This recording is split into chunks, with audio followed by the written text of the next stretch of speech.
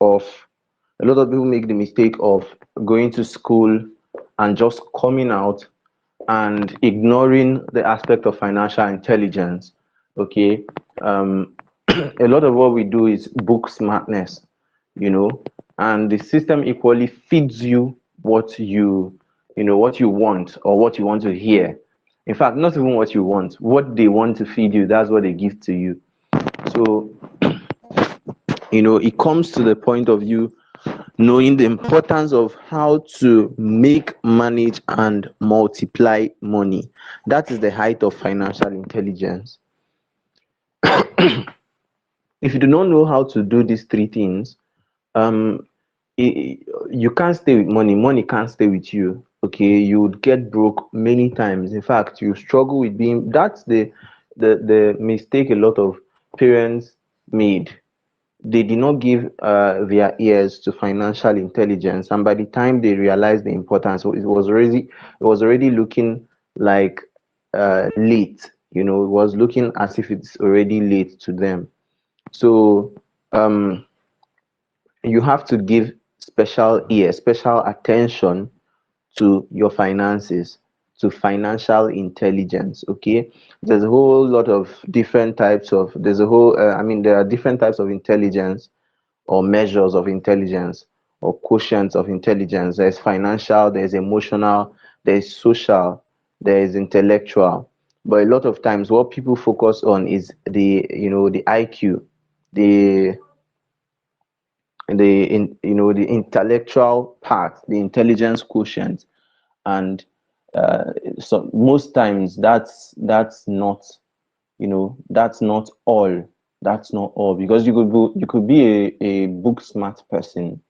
You could know how to solve mathematics, algorithms, and all those things. But then when it comes to something else, you are totally bereft of ideas. When it comes to money, you are totally clueless when it comes to that. So you need to actually find a way to strike a balance and acquire as much as you need to be able to survive and thrive. Okay. So we are talking about financial intelligence. This is the sum total of what you need to to dominate, to win, to scale in your finances, in the area of finance. Okay. So I don't know why some people are leaving. So the class tonight will be divided into sessions. There are topics I'll be talking, there are things I'll be talking about, and I would I'll put that in the chat. I'll put them in the chat. Okay. So yeah, these things I'll put in the chat. I've talked about them before. If you followed me on WhatsApp, you would see I've talked about them. And I'm going to I would send you the compilation of that training I did then, so that you can go through it again if you want to. Now,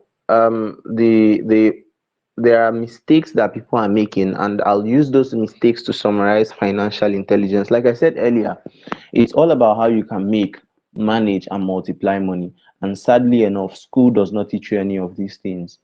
Okay, school doesn't teach you any of these things. Now, when it comes to making money, we are thinking of, okay, what do you start? What business is it that you can start? What side hustle is it that you can start? Why do you even need to start any of those? Okay, how will they give you money, whether short term or long term? How will the money come? Then the next thing is, you're talking about manage. How do you save? How do you save? How do you ensure that the money that you have is enough for you? Okay, and they don't just waste. They don't just go anyhow. They don't just come and disappear. How do you ensure that the money you have does not waste? How do you manage money? How do you save money?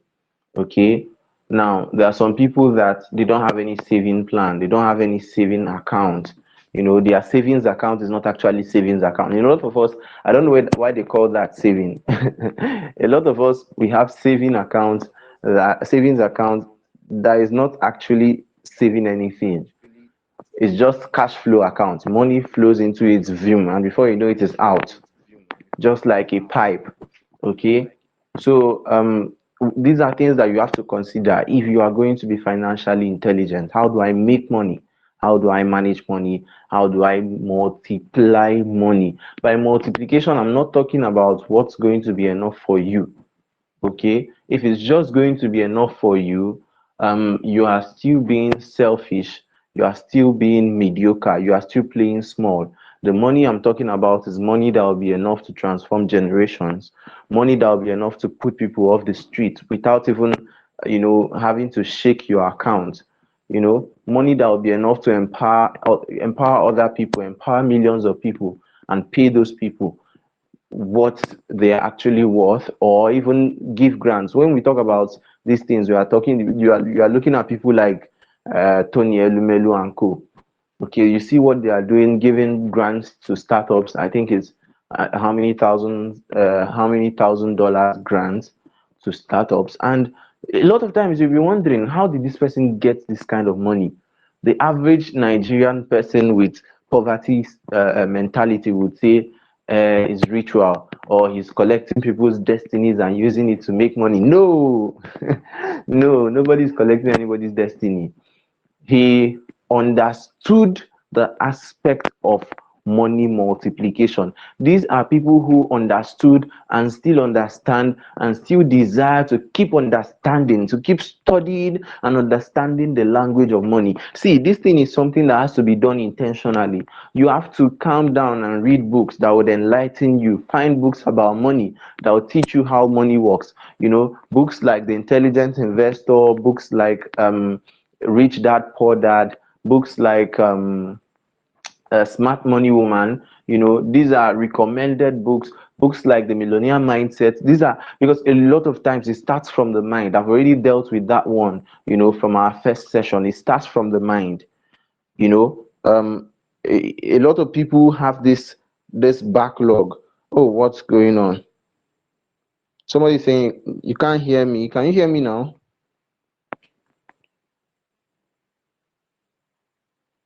Can you hear me Sir. now? Yeah? Can you hear me? Rama.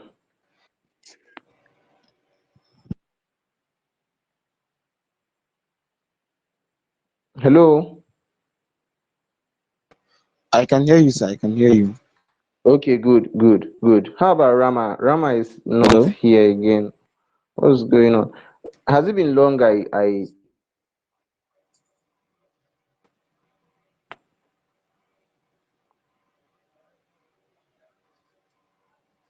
Hello. Hello, I can hear you, sir. Okay, good, good. So I was saying something about studying, about being intentional about learning these things. Take courses that will enlighten you on money making, on sales, on money management. Read books on financial intelligence, on investing, on savings, and all that. Okay. Now, um, okay, good, good. Okay, so that's it. So I talked about managing, and I'm currently talking about multiplying money. So you have to know how money works. Draw up a strategy for yourself. Okay, find a strategy for yourself. I think I'll leave the strategy part until I start analyzing these mistakes. Okay, when I start analyzing the mistakes, I'll start pointing out some things and giving you strategies that work. Okay, now uh good, good. I'll send what we'll be looking at. This will be our guideline to mistakes that people are making with money. Money mistakes that are costing you a fortune.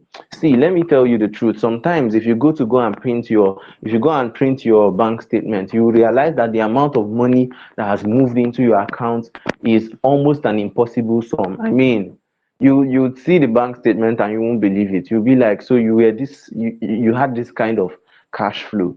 But at the end of the day, you will sit down and ask yourself, where did all this money go to? And you can't lay your hands on something. Probably because you did not plan well, or you don't have any saving plan, or you don't have any investment plan. Okay. So that's one thing. Now let's look at those mistakes, okay?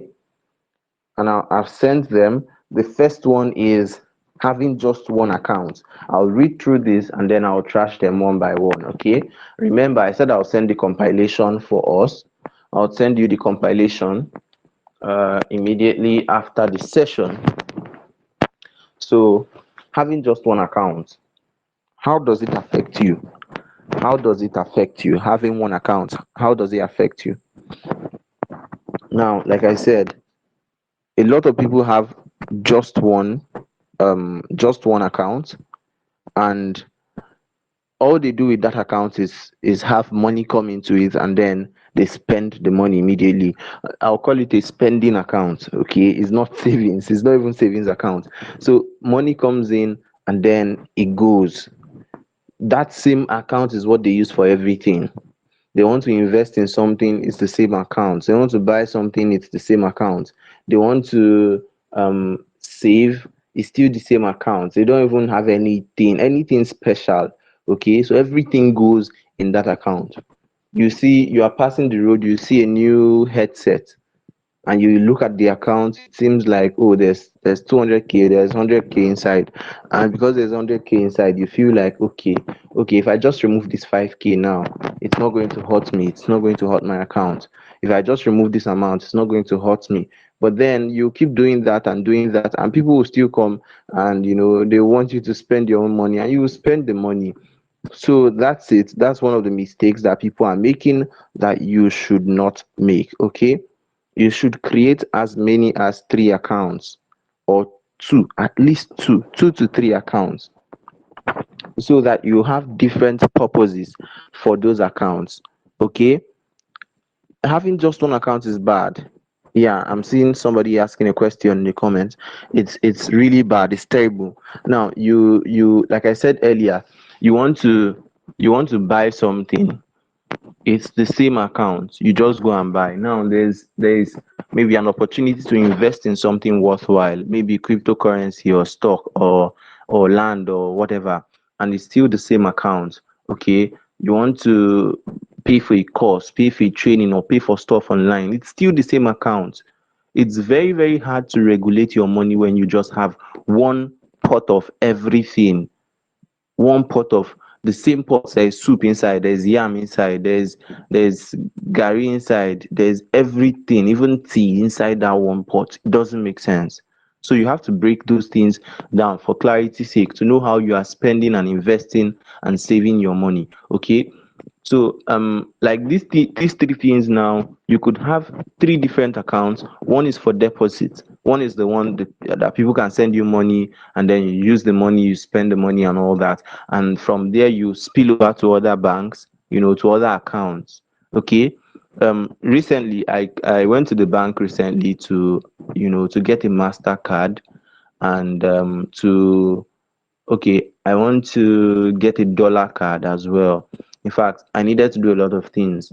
So I had to go to the bank, and I came back here. I had to still look up my PiggyVest account, because I also want to start saving with PiggyVest. I want to start, say, flocking some funds on PiggyVest. So it's also something you can look into. You can look into PiggyVest as well. Okay, you have saved money that you are not meant to be touching. You are not meant to be touching that money. You just put it there.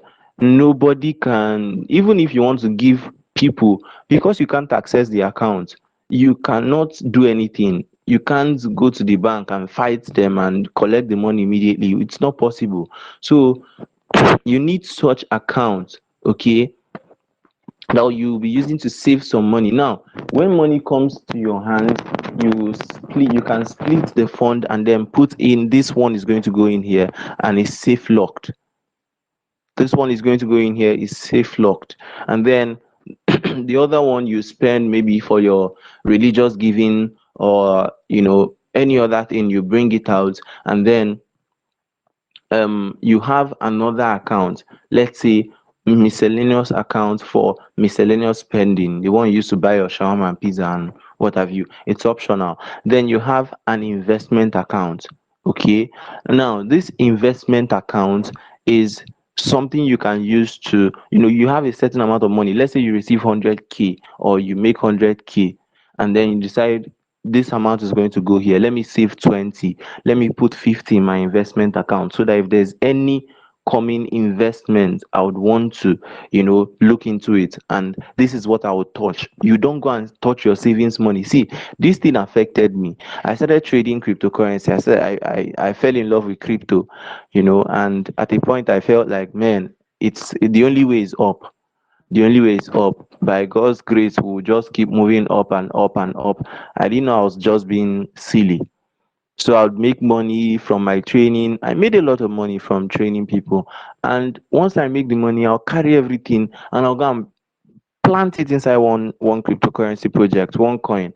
And it will dump. It will just go down and down and down and down and slash to almost half. Sometimes, yes, I won't lie. Sometimes I made a lot of profits as well. But being, will I say, being greedy or being a Nigerian, no amount of profit is enough. So I would always reinvest everything again, reinvest my profit. I didn't have a saving plan. So I'll just carry everything like that. Boom, I'll drop it again in another project or in the same project and have the feeling that everything will go up. With all the promises and all the prospective, whatever happening on the crypto space. And at the end of the day, I still found out that I was shooting myself in the leg because it was like I even lost. Like I even went backward, considering the whole market crash that happened recently. So that's not the best way to approach investing. You don't carry everything and put in. You don't carry everything and just drop in investment. You don't carry everything and drop. No, you have a certain amount that you are saving. Then you ensure that you must have cash flow. You must, by all means, you must have cash flow. Okay, you must have something you are doing that's bringing you money. You can't be investing somebody's money. You can't be investing money that you borrowed. You don't borrow capital for investment. You don't just go and tell uncle, give me money, I want to invest. No, it's not a proper thing to do. If you have people who will give you like that, fine and good, oh, but I don't think it's the best thing to do. Okay, so split those accounts, have different accounts for different purposes.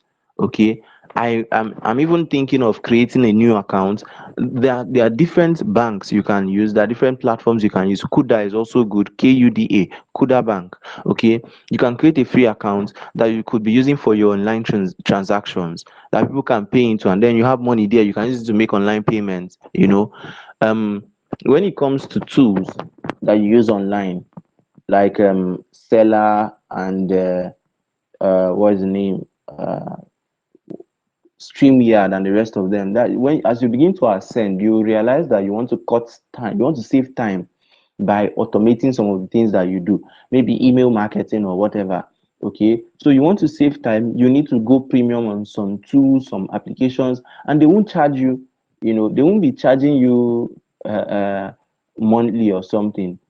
I mean, sorry, they won't be charging you yearly. Okay, they won't be charging you once.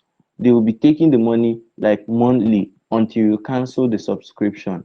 So you should have an account that okay, this is the money I planned to use for this thing, just in case anything happens. There are some people who went to register on Show Academy with their normal account, with their deposit account, and they did not know that if they register there, they are going to just be getting debited anyhow. They didn't plan it. They even forgot to cancel the subscription, and then they got debited. I had a friend who it happened to. He wrote and wrote and wrote and wrote to his bank, to Show Academy. At the end of the day, I don't even know if they refunded him. So it's something you have to plan. If I intend to have a separate account for that kind of spending. If I'm to go premium on tools, this is the account they will be using. So I don't make mistake and then confuse things and mess up my funds. That's just the benefit of having separate accounts. Okay, I hope that's clear. So the next one, which I think I've already touched, is refusing to save. Refusing to save. You don't have a choice. So you don't have a choice. You must save. You must save. You must save. No matter how much you think you are investing, or no matter how optimistic you are about investment, whether it's crypto stock, even real estate, whatever it is, you need to have residual income that you can, depend on on, let's say emergency days, the rainy days, you need to have residual income that you can that you can that you can depend on. Okay, so um that's it. You have to save. You must save. You must save. um some of our parents did not give mind to saving. These things are, like I said, it's not something you learn in school. Okay, so it's something you have to be intentional about. Create an account that you'll be using to save. You don't need to have access to that account. I mean, you don't need to be able to withdraw from that account. You can just create an account, get the ATM and break it, or maybe don't even collect the ATM at all. Okay, just so that you don't end up withdrawing anytime you feel like. Okay, you don't end up anytime you want to eat shawarma, you can withdraw. You want to do this, you can withdraw. No, you have an account for specifically for saving, and you're not touching it. All money can do into that, when it comes to that account, is to enter the account and stay. Even if you are saving uh, uh 3K every week, or 10K every week, or 2K every week, any amount, okay, however you want to do it, that a specific amount of money is leaving and entering into this account. Okay, so that's it. That's it. You could find ways to save. Piggyvest is also good. You could save on Piggyvest. You could lock your funds for 6 months, lock it for 10 months, and all that. Okay, so that's it. The next one is investing like a mad cow. I also made mention of this. Okay, that was what I did with crypto. You carry all your savings, carry all your money, and then you go to invest. Investing without doing research is investing like a mad cow. You know, they tell you there's this new investment, and that's one of the easiest ways to get scammed. There's a new investment that came out, Rackstally. There's Rackstally of LI and there's Rackstally of LY. I think one crashed and the other one was still there, and people were like, Rackstally is still here. Rackstally is here to stay, and the second one crashed again on top their head. So you have to be very careful. If you must invest, know what you are investing in, study it, have the basic knowledge, whether it is forex robots or whether it's crypto, whether it's anything at all, stocks, land, whatever. Understand it. It's not because they say buy land, buy land, buy land. You just go and buy one mumu land that you don't know what's the case. You can buy land and buy trouble. That's the truth. You can just make money, and because they say buy land, you go and look for one land vendor that you don't even know just because they say there's a discount or something. Government, three lawsuits on top of the same land, competing with people who have money who can buy you. Okay, so that's something you should not do before you invest. Study whatever you are going to invest in. Okay, study what, even if it is as little or as menial as investing in online courses. I mean, investing in knowledge, buying books, and the rest of them. You should still be very careful so that you don't end up just making rash investment. Yeah, people will say the best investment is investment in yourself. Invest in yourself, invest in yourself, and you feel pressured. You want to buy every course, you want to pay for every program and attend every program and all that. You think everything is meant for you, and you keep buying and buying and buying and stacking them up, and not making use of any of those things. So you have to be careful. I made that mistake during the lockdown. The shiny object syndrome.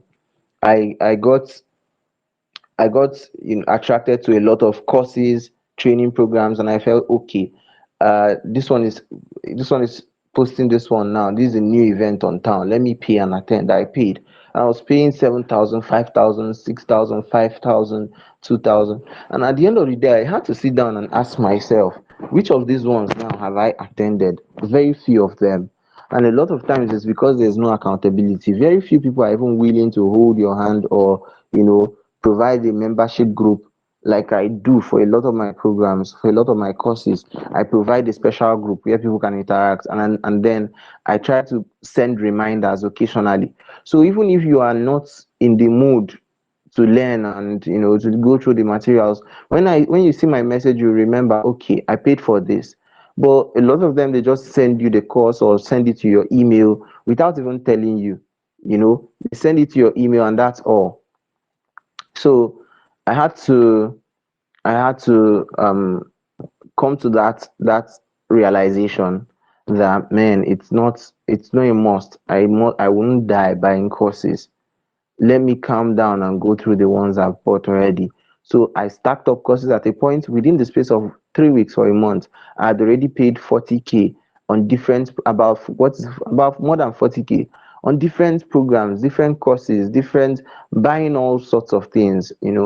So at the point I realized that I couldn't do this, I couldn't be doing that. That's waste of money, okay, to a huge extent. So I drafted questions. I came up with different questions now ask people before I buy any course, before I register for any program. There are things I look out for: the review, the relevance to me at that point, the testimonials coming from that program, the feedback, people's reviews and ratings.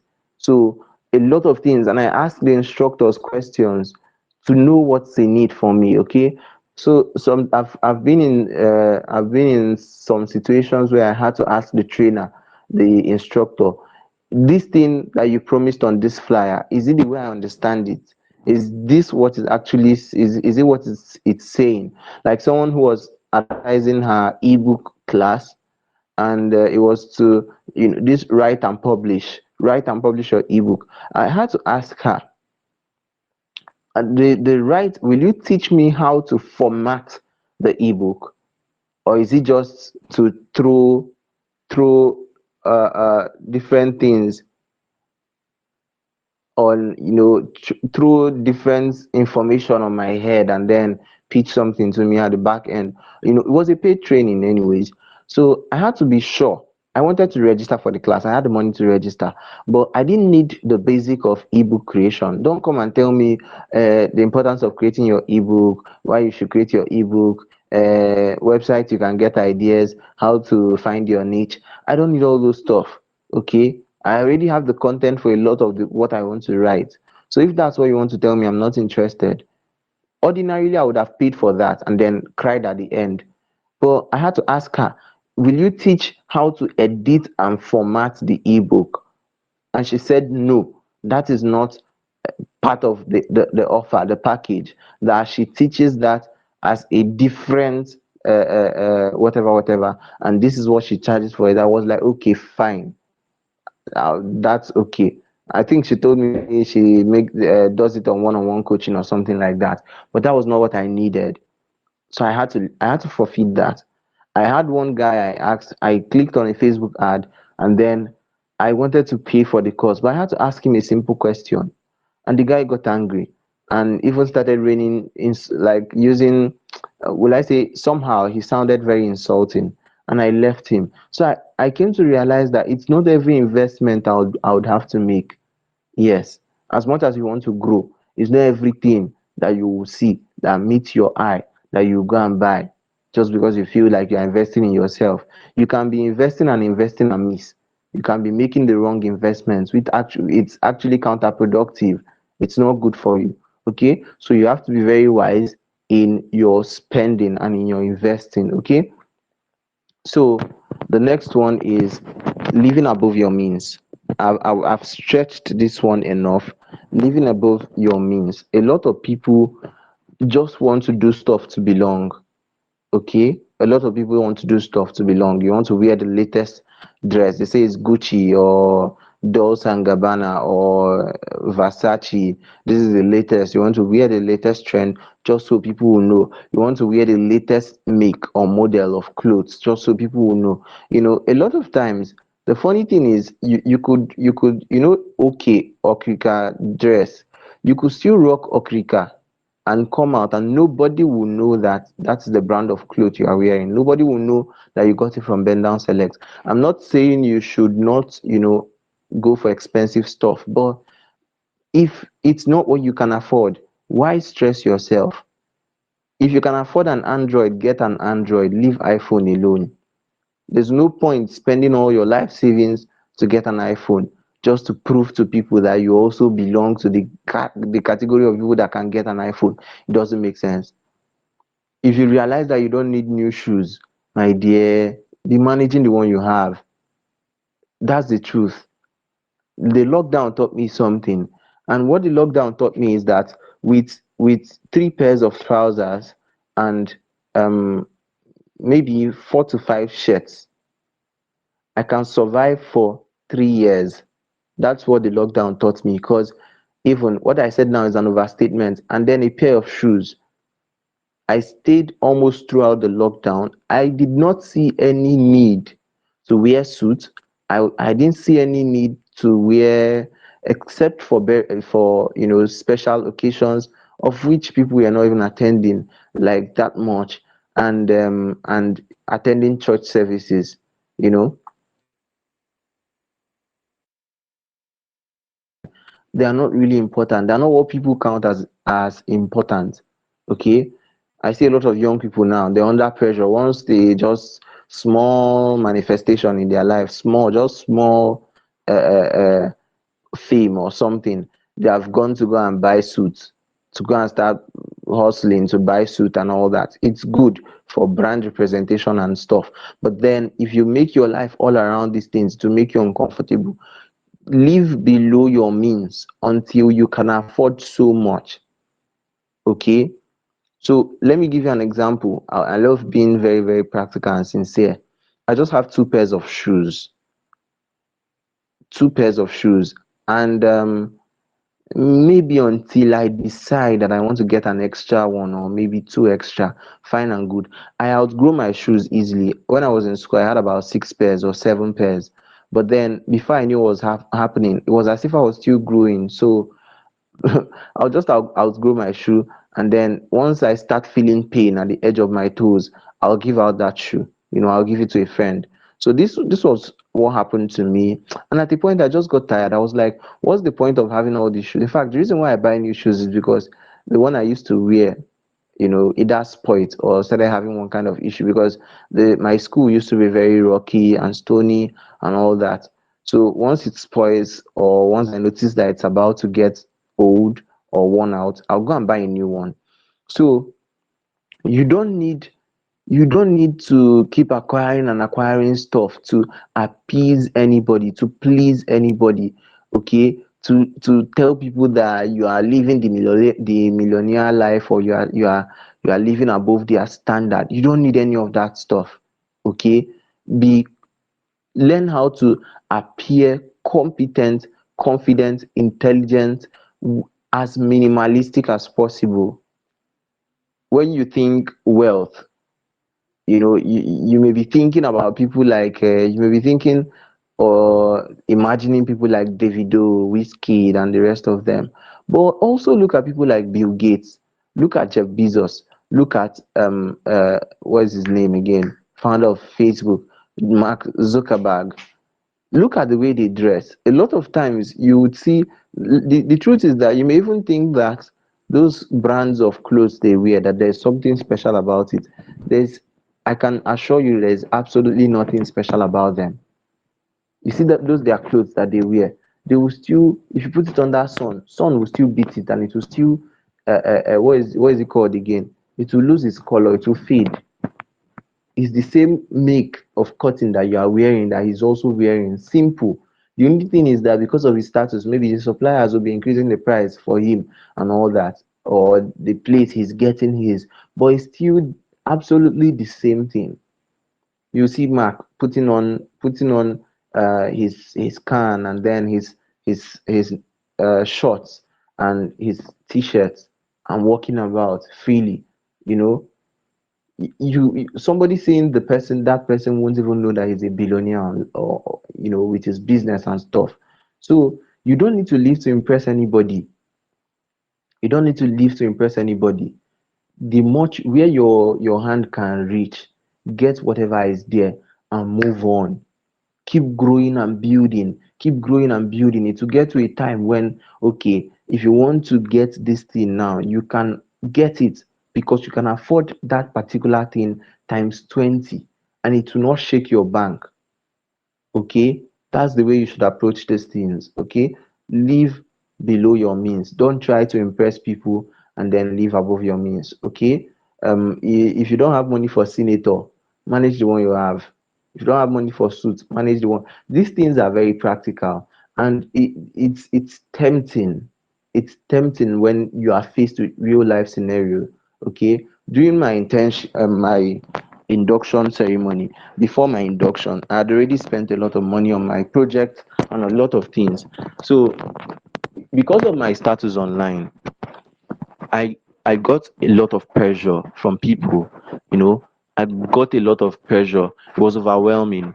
Oh, you can't be calling yourself favorite instructor. Favorite instructor is supposed to throw patina. Where are we coming? Is it many of you may not understand, except you are in the, if you know what it means to, just the way matric is, that's the way induction is. So if you're in health system, you would know. If you do induct, if you've experienced an induction ceremony, you understand. So they'll be like, okay, where are you gathering us? Where are you calling? Is it the field? Is it the school field? Which canopy and all that? At that point, I didn't want to stress my parents, really. I just wanted to be able to have a small gathering and do everything from my own pocket. I didn't want to stress anybody. But then I noticed the pressure was too much, even from some of my lecturers. My Some of my lecturers would see me in the department, the office, and they're like, "Where is it happening? You are not an ordinary person, no. You are a whole class rep and this, and they don't tell us story on that day." All these things were registering, but at the same time, I was able to tell myself, "See, I no go do past myself." Okay, I'm not going to try and impress anybody to let anybody know that I'm wealthy or something. That's not my business.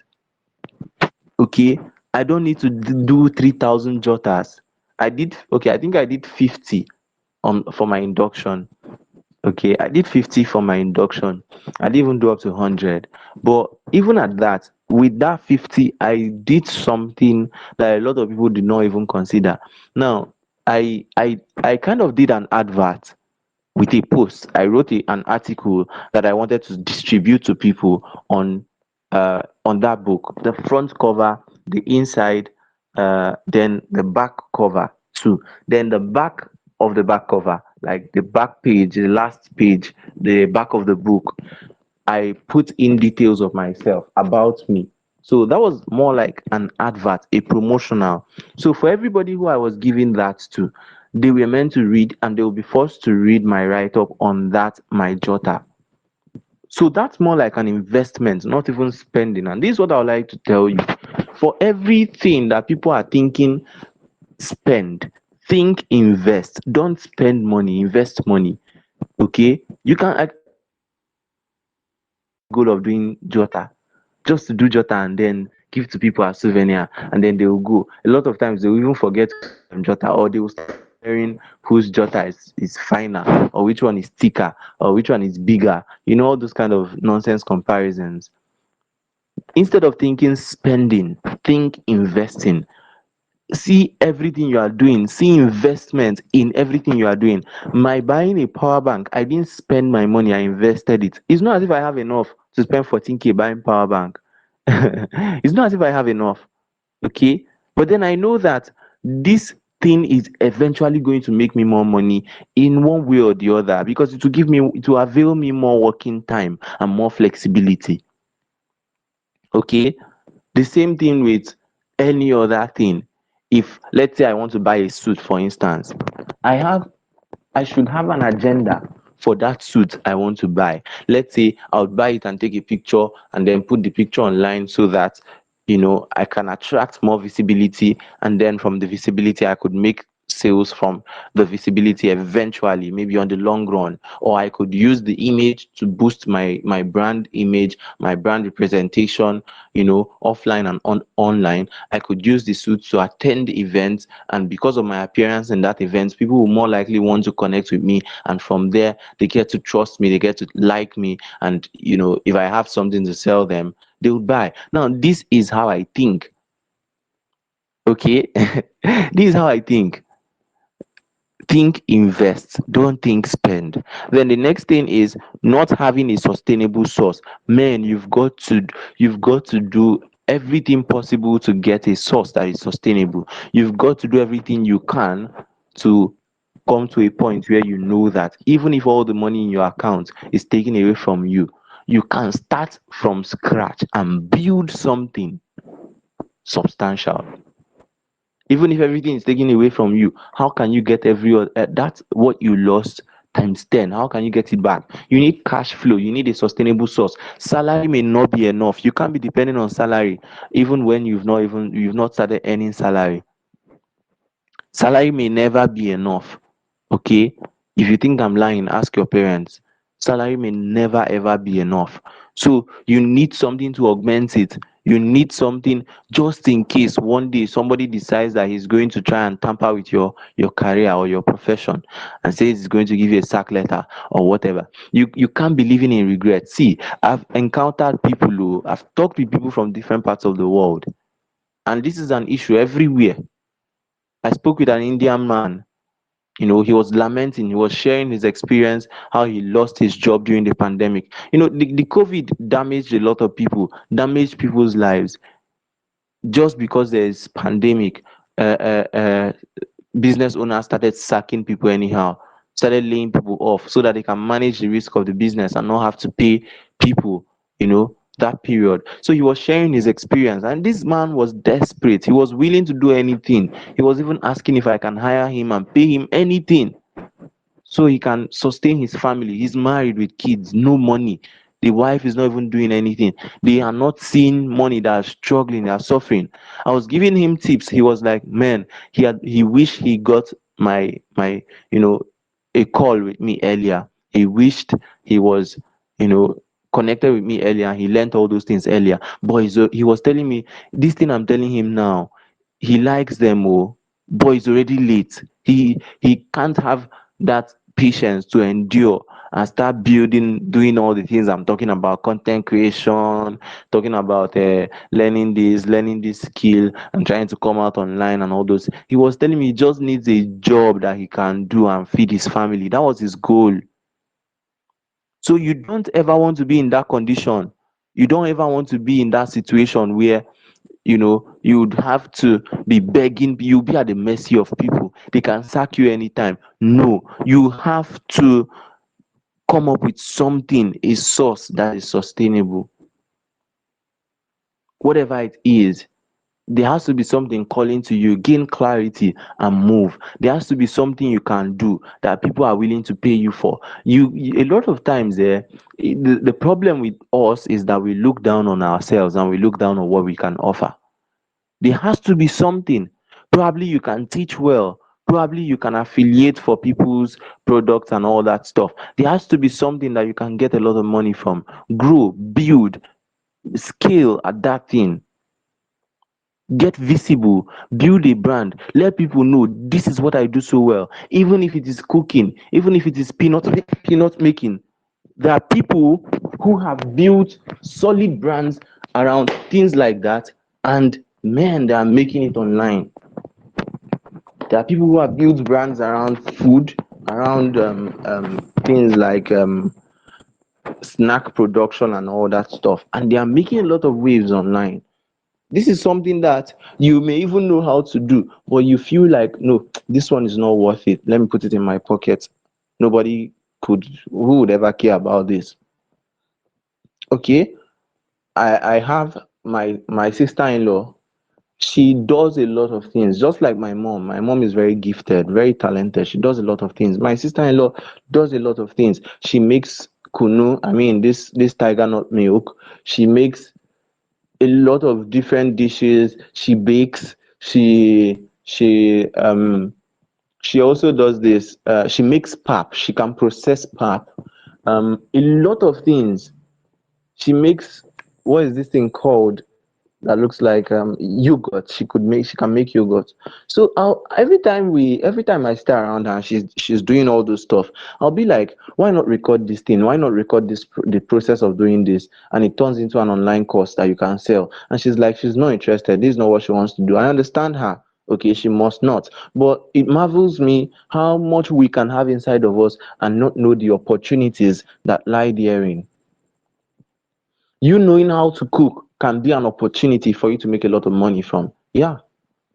A lot of young people don't know how to cook. A lot of young ladies don't know how to cook. A lot of them, what's holding them from getting into a relationship is the fear that, hey, they don't know how to cook. What if this guy wants takes her to his house and allows her to enter the kitchen, and then she burns everything like a war zone, war between Ukraine and and Russia, and that's scaring the living daylight out of them. If you build a brand around cooking, you'd do a lot well. There are people, there are groups, communities that are very, very, very explosive, very, very, very heavy online. Home for Foods is one of them.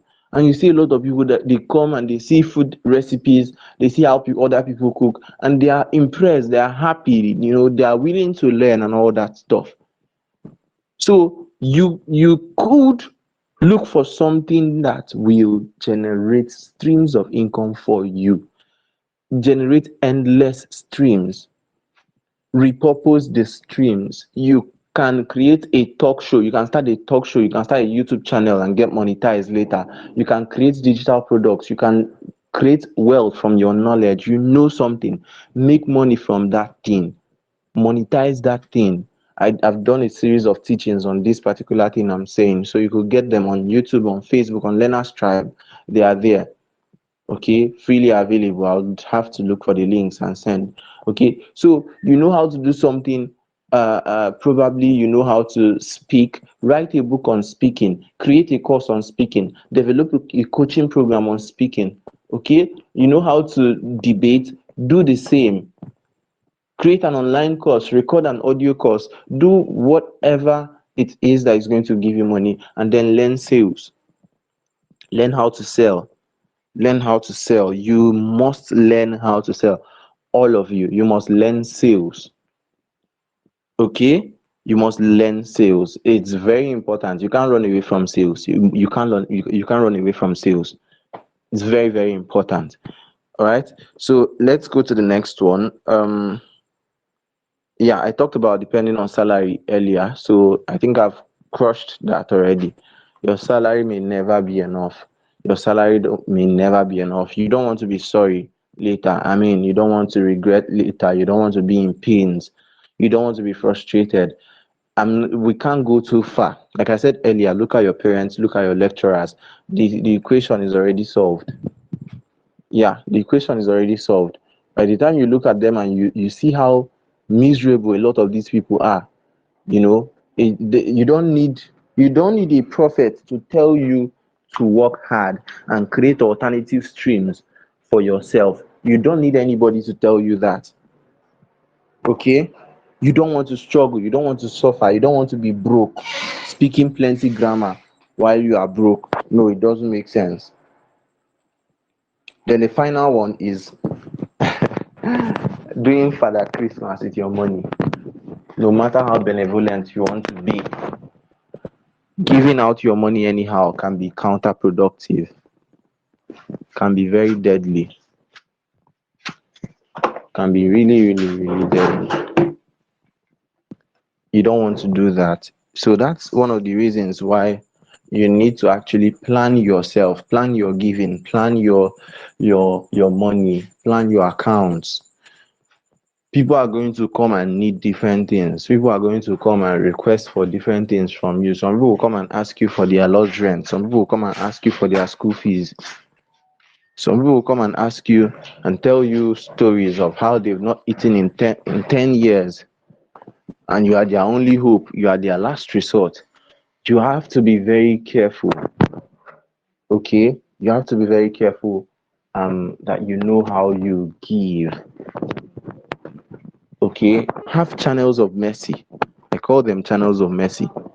There are people that they come to me, they want money, and sincerely at that point I may not be able to give you that money. I may not be able, and I tell you that what I can do for you is to let you affiliate for my course and get the money that you are looking for. Affiliate for my programs or my courses, my books, or whatever it is. Get the money that you are looking for and do what you want to do with it. So you are not under pressure, under obligation to just give everybody that comes your way. you know You are not under that obligation. Some people will even have more than you and they will still come to ask you for money. Okay, so your money is not you are not Father Christmas. You are not there to be doing giveaway with your money. No. Okay, so that's it. What we've succeeded in analyzing today is just the basics of financial intelligence. So like I said earlier, go ahead, learn more on this. Don't feel like you know everything already. Learn more on this. Develop that interest to improve your finances. Develop the interest to attend financial events, financial programs, summits, webinars, read books, take online courses. So yeah, that's it for tonight. That's it for tonight. Good, good, good. I hope you guys got value. So yeah. Any question before I tune out? Any question? I'm expecting your feedback as well.